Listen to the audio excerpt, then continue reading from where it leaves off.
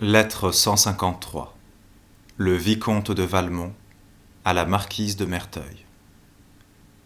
Je réponds sur-le-champ à votre lettre et je tâcherai d'être clair, ce qui n'est pas facile avec vous, quand une fois vous avez pris le parti de ne pas entendre.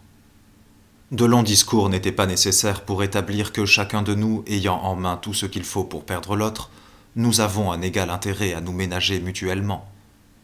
Aussi, ce n'est pas de cela dont il s'agit.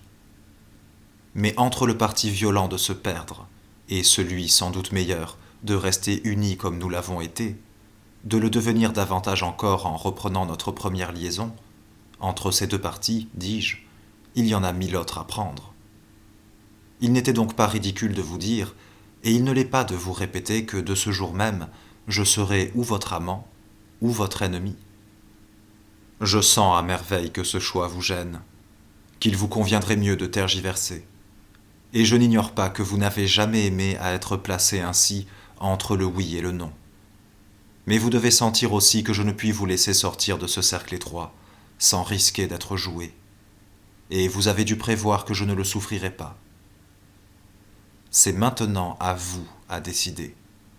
Je peux vous laisser le choix, mais non pas rester dans l'incertitude. Je vous préviens seulement que vous ne m'abuserez pas par vos raisonnements, bons ou mauvais, que vous ne me séduirez pas davantage par quelque cajolerie dont vous chercheriez à parer vos refus, et qu'enfin, le moment de la franchise est arrivé. Je ne demande pas mieux que de vous donner l'exemple, et je vous déclare avec plaisir que je préfère la paix à l'union. Mais s'il faut rompre l'une ou l'autre, je crois en avoir le droit et les moyens. J'ajoute donc que le moindre obstacle mis de votre part sera pris de la mienne pour une véritable déclaration de guerre.